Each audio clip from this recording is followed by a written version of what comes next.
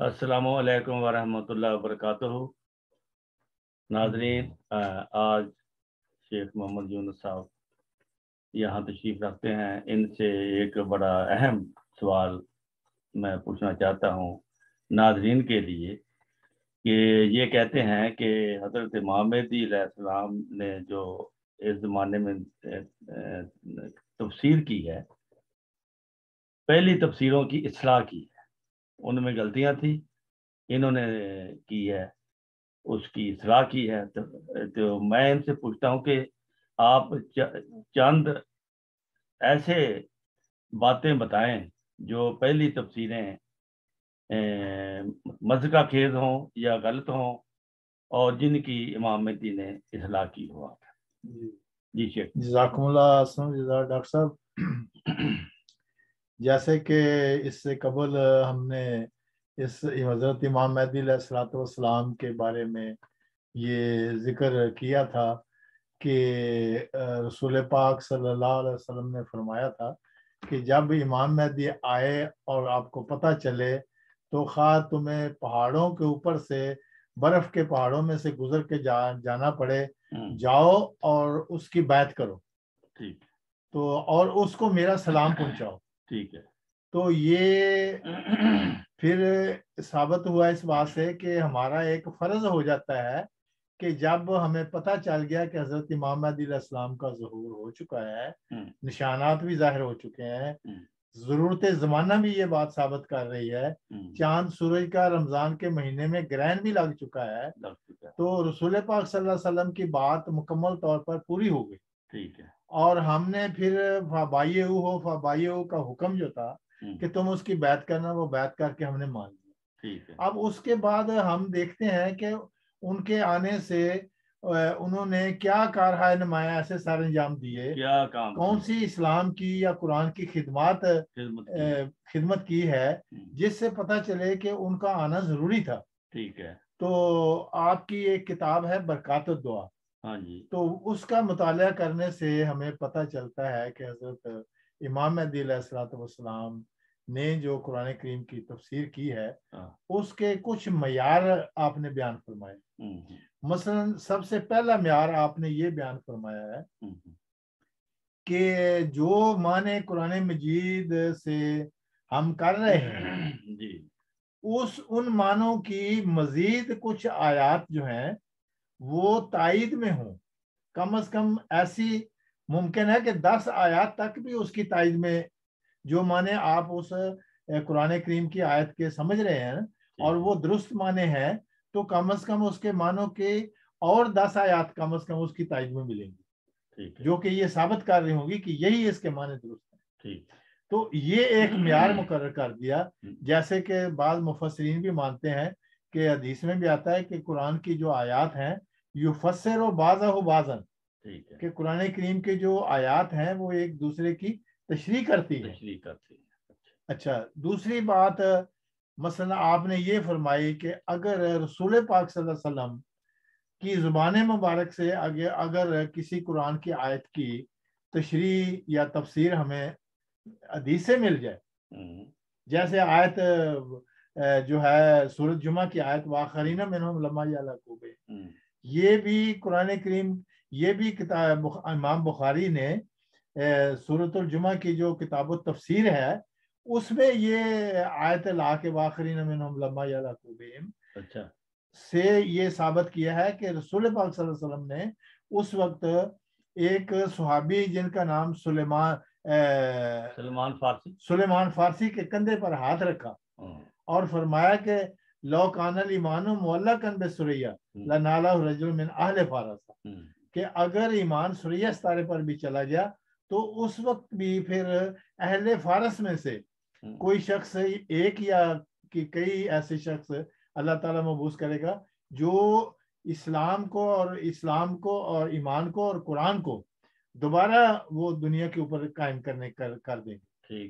تو یہ ایک مثال دی ہے کہ یفسر بعضہ بعضا، کہ درست جو تفسیر ہے اس سے یہ ثابت ہوا کہ امام مہدی علیہ الصلوۃ والسلام نے آ کے پھر یہ کام کرنا تھا سب سے پہلے، کہ قرآن کی درست تفسیر لوگوں کے سامنے پیش کرنی تھی۔ اس کی کوئی مثال دے سکتے ہیں؟ اس کی ایک تو مثال یہی ہو گئی نا کہ کتاب بخاری شریف میں، کتاب بخاری صحیح جو بعض کتاب اللہ ہے، اس میں یہ بیان کیا گیا ہے کہ بھئی جب امام مہدی علیہ الصلوۃ والسلام آئیں گے تو جو اس سے پہلے مفسرین نے تفسیریں کی ہیں اس میں تو کئی قسم کی ایسی ایسی باتیں بیان کی گئی ہیں جو جس کو انسان نہ صرف ایک یہ کہ وہ مذہب کا خیز ہے بلکہ انسان اس کی قرآن کی طرف منسوب کرنا بھی مشکل نظر آتا ہے۔ مثال کے طور پر سید عبد القادر جیلانی رحمۃ اللہ علیہ کے متعلق آتا ہے کہ ایک موقع پر ایسا واقعہ ہوا کہ کوئی مرید ان کا ایک مرغی اٹھا کے لے آیا۔ اچھا، یہ روایت کتاب جلالین تفسیر جلالین میں لکھی ہے۔ اچھا، تفسیر جلالین میں لکھی ہے ٹھیک ہے کہ کوئی مرید ان کا ایک محلے میں سے کوئی مرغی کسی کی گم ہوئی تھی تو وہ اٹھا کے لے آیا۔ اچھا، اور انہوں نے حلال کر کے لا کے تو حلال کی اور بھنی اور پکائی اور کھائی اور کھا کے ابھی وہ ہڈیاں وغیرہ جو تھیں وہ کھا پی کے ادھر ہی پھینکی تھیں۔ تو کچھ دیر کے بعد ایک خاتون آئی، وہ روتی روتی کہ بھئی میرا تو مرغی گم ہو گئی ہے اور کسی نے مجھے بتایا کہ مرغی جو ہے وہ آپ کے گھر میں آئی۔ تو انہوں نے پوچھا تو ایک مرید نے کہا کہ ہاں ایک مرغی ایسی آئی تھی تو وہ ہم نے سمجھا کہ بھئی یہ اور کسی کی نہیں آوارہ ہی ہے تو ہم نے پکڑ کے تو وہ آج حلال کر کے کھا لی ہے۔ ہاں تو وہ مائی جو تھی وہ لڑنا شروع ہو گئی اور اس نے رونا شروع کر دیا کہ بھئی یہ دیکھو نیک لوگ بنے پھرتے ہیں اور یہ میری مرغی جو ہے وہ یہ بغیر اجازت کے کھا گئے۔ تو انہوں نے کہا کہ نہیں آپ کو کوئی فکر کرنے کی بات نہیں ہے۔ تو سید عبد القادر جیلانی رحمۃ اللہ علیہ نے اس پر دم کیا اور پھونک ماری تو وہ جو ہڈیاں کھلری پڑی تھی انہوں نے کھا پی کے پھینکی تھی وہ کڑک کڑک کر کے تو اکٹھی ہو گئی اور کڑک کڑک کر کے مرغی بن گئی دوبارہ۔ تو وہ مرغی بن گئی تو مائی کو کہا لے مائی اپنی مرغی سنبھالا۔ یہ تفسیر جلالین میں لکھا یہ تفسیر جلالین میں یہ لکھا ہوا واقعہ پکی بات ہے، پکی بات ہے جی۔ اچھا ہاں جی، تو اگر کسی نے حوالہ پوچھ لیا تو دے دو گے؟ ہاں جی ہاں جی حوالہ آپ کو دے دیں گے۔ ٹھیک ہے۔ تو یہ اس قسم کی تفاسیر۔ نمبر 2 ایک اور مثال حضرت ابراہیم علیہ الصلوۃ والسلام کے متعلق کہ ان کے طرف 3 جھوٹ جو ہیں وہ منسوب کیے گئے۔ یہ تو ہے، یہ تو مشہور بات ہے، یہ مشہور بات ہے۔ بہرحال ان میں سے ایک بات یہ ہے کہ جب ایک ان کی جو انہوں نے 3 شادیاں کی تو ایک خاتون جو تھی وہ ان کے پاس بیٹھی تھی تو اوپر سے کوئی مخالف آیا تو اس نے آتے ہی پوچھا کہ بھئی یہ کون خاتون ہے تو انہوں نے کہا کہ یہ میری بہن ہے۔ تو وہ اس بات سے جو اس مخالف کا منصوبہ تھا کہ اگر وہ کہیں کہ یہ میری بیوی ہے یا یہ ویسے میری دوست ہے تو پھر ہم کہیں گے کہ اچھا تم اپنے آپ کو نبی سمجھتے ہو اور تم نے جوان لڑکی اپنے پاس بٹھائی ہوئی ہے، رکھی ہوئی ہے۔ تو وہ بعد میں مخالفین نے یہ کہا کہ یہ تو بعد میں تو بتایا تھا کہ وہ دراصل چچا زاد بہن تھی۔ تو یہ بات پھر انہوں نے کہا کہ یہ حضرت ابراہیم علیہ السلام نے نعوذ باللہ جھوٹی بات کہی۔ تو حضرت مسیح علیہ الصلوۃ والسلام نے اس بات کو بھی بیان کیا ہے کہ وہ بات سچ تھی، انہوں نے سچا کیونکہ وہ ان کی چچا زاد بہن تھی۔ تو چچا زاد بہن جو ہوتی ہے اس کو بھی بہن ہی کہتے ہیں، کزن ہوتی بہن ہوتی۔ ہاں جی، تو دوسرا عربی زبان میں اس کے لیے علیحدہ کوئی ترجمہ نہیں ہے، اس کو بھی اخت تو نہیں کہتے ہیں۔ جیسے اخت آپ کی بیٹی کے برابر کوئی خاتون آپ کے پاس آ کے دعائی کے لیے بیٹھ جائے تو وہ پوچھے کہ یہ کون ہے تو آپ کہہ سکتے ہیں کہ یہ میری بہن ہے، یہ اختی کہ یہ میری بہن ہے۔ تو انہوں نے اختی کا لفظ ہی استعمال کیا۔ ہاں یہ بھی تفسیروں میں لکھا ہے۔ تو اب نعوذ باللہ من ذالک وہ حضرت ابراہیم علیہ السلام نے نعوذ باللہ جھوٹ نہیں بولا تھا بلکہ وہ ایک حقیقت بیان کی تھی۔ یعنی آپ کا مطلب ہے کہ حضرت امام مہدی علیہ السلام نے اس لیے آئے ہیں کہ پہلے جو مفسر تھے ان کی تفسیروں غلط تفسیروں کی اصلاح کی ہے۔ ٹھیک ہے۔ تو نمبر 3 یہ ہے کہ اب اگلی بات جو حضرت امام مہدی علیہ الصلوۃ والسلام نے قرآن کی درست تفسیر کے بارے میں فرمائی، ایک تو یہ بتا دیا نا کہ جو معنی خود رسول اللہ صلی اللہ علیہ وسلم نے کیے پھر صحابہ نے جو معنی کیے تو وہ معنی بھی درست ہیں۔ تو صحابہ سے حضرت ابن عباس کے جو بیان کردہ معنی ہیں وہ درست ثابت کیے گئے ہیں۔ حضرت مسیح السلام نے اس کی بعض مثالیں بھی دی ہیں. وما محمد الا رسول قد خلت من قبلہ رسل, کہ قد خلت کا مطلب ہے قد ماتت, گزر گئے. اسی طرح امام مالک رضی اللہ تعالیٰ عنہ کے متعلق آتا ہے کہ انہوں نے جو آیت ہے قد خلت کے معنی وہ قد ماتت کے کیے گئے ہیں. تو یہ تیسری بات ہو گئی کہ صحابہ سے بھی اگر کوئی معنی قرآن کے ثابت ہیں تو ان کو بھی حضرت مسیح السلام نے فرمایا کہ یہ سٹینڈرڈ معنی ہے, یہ درست معنی ہے. چوتھی بات جو حضرت مسیح السلام نے بیان فرمائی وہ یہ کیا کہ لغت عرب جس بات کو درست ثابت کر دے, وہ لغت عرب میں اس معنی کی اجازت دی ہو, تو وہ معنی بھی پھر سٹینڈرڈ معنی ہوں گے, ان کے آپ انکار نہیں کر سکتے.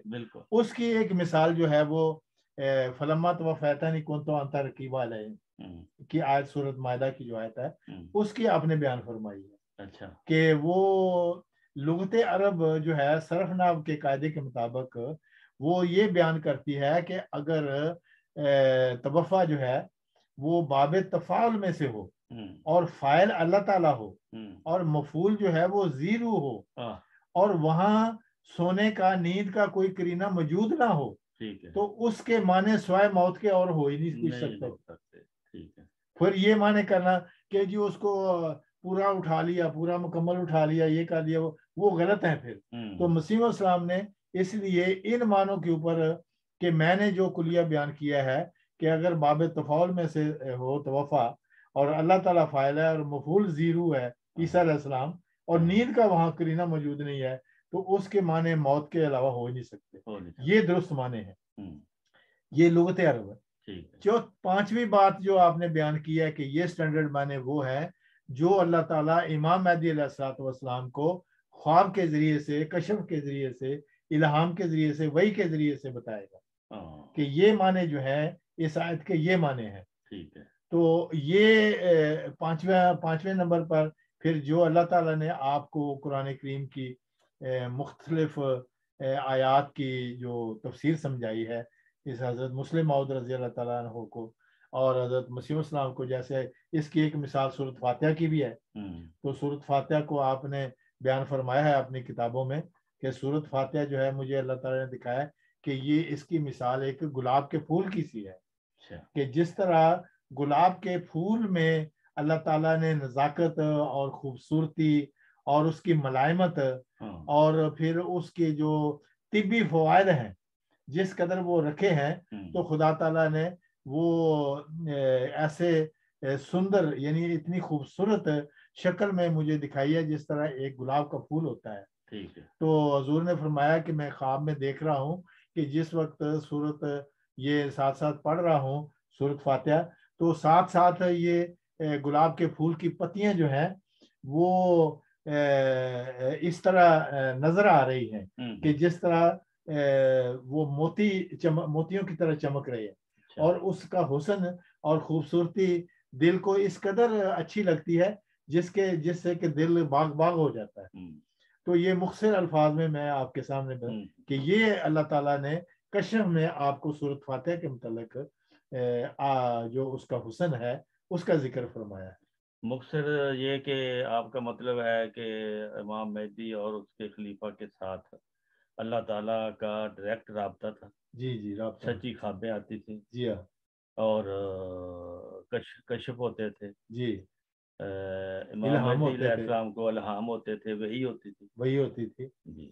تو یہ وہ 5-6 معیار ہیں کہ جن کو پڑھ کے پتہ چلتا ہے کہ واقع ہی حضرت مسیح السلام نے جو قرآن کریم کی تفسیر بیان کی ہے وہ درست ہے. اور وہ نبیوں کے بارے میں جو اوٹ پٹانگ باتیں جو سابقہ تفاسیر میں کہ حضرت یوسف علیہ السلام خدا نخواستہ وہ جو زلیخا تھی اس کے متعلق ارادہ کیا, اس پر عاشق ہو گئے, نعوذ باللہ من ذالک, ایسا بھی لکھا ہوا ہے. تو حضرت مسیح السلام نے یہ بھی اس کی غلطی نکالی کہ ایسے انبیاء کی جو عصمت انبیاء جو ہے یہ خدا تعالیٰ بڑی غیرت رکھتا ہے, کوئی خدا کا کوئی نبی ایسی بات نہیں کر سکتا. وہ پاکیزہ, اس کی جو فطرت ہوتی ہے وہ پاکیزہ ہوتی ہے, وہ ایسی بات نہیں کر سکتا. تو اس کے پھر درست معنی وہاں بیان کیے ہیں کہ حضرت یوسف علیہ السلام نے اس عورت سے عورت نے آپ کو پھسلانے کی کوشش کی, آپ کو ورگلانے کی کوشش کی, لیکن حضرت ابراہیم علیہ السلام نے اس سے بچنے کی, اس کو گناہ کی طرف جانے سے بچنے کی تدبیر کی. تو وہ باہر کی طرف بھاگ آئے, دوڑے, اور پھر بلکہ حضرت مسیح السلام نے یہاں تک لکھا کہ اس نے پھر کرتا جو ہے نا وہ پیچھے سے پکڑ لیا خاتون نے, تو وہ کرتا پھٹ گیا. تو حضرت مسیح السلام نے پھر یہ فرمایا کہ آج تک یہی دیکھا گیا ہے کہ اگر کوئی ایسا واقعہ ہو کہ اندر آدمی عورت کے ساتھ اس کا کوئی تصادم ہو جاتا ہے اور وہ عورت اس کی قمیض پکڑ دیا, اور اگر پیچھے سے قمیض پھٹی ہوئی ہے تو ثابت یہ ہوا کہ آدمی اس سے جان چھڑا رہا ہے, عورت اس کو پکڑنے کی کوشش کر رہی ہے گناہ کی طرف, لیکن آدمی اپنے آپ کو بچانے کی کوشش کر رہا ہے. تو یہ بھی حضرت مسیح السلام نے حضرت یوسف علیہ السلام کو پاکیزہ ثابت کیا, باعزت ثابت کیا. ناظرین, آپ نے ماشاءاللہ یہ کتنی خوبصورت تعلیم سنی کہ حضرت امام مہدی علیہ السلام نے ان پرانے مفسرین کی غلطیاں نکالی ہیں, ان کی اصلاح کی ہے. اور میرے خیال میں یہ بھی ایک مقصد تھا امام مہدی علیہ السلام کے آنے کا, کہ آخری زمانے میں جب امام مہدی آئے گا تو وہ قرآن کی عزت اور شان کو بلند کرے گا. تو انشاءاللہ آپ کو آپ اجازت دیجیے, تو انشاءاللہ پھر اس کے بعد اسی موضوع پر ملیں گے.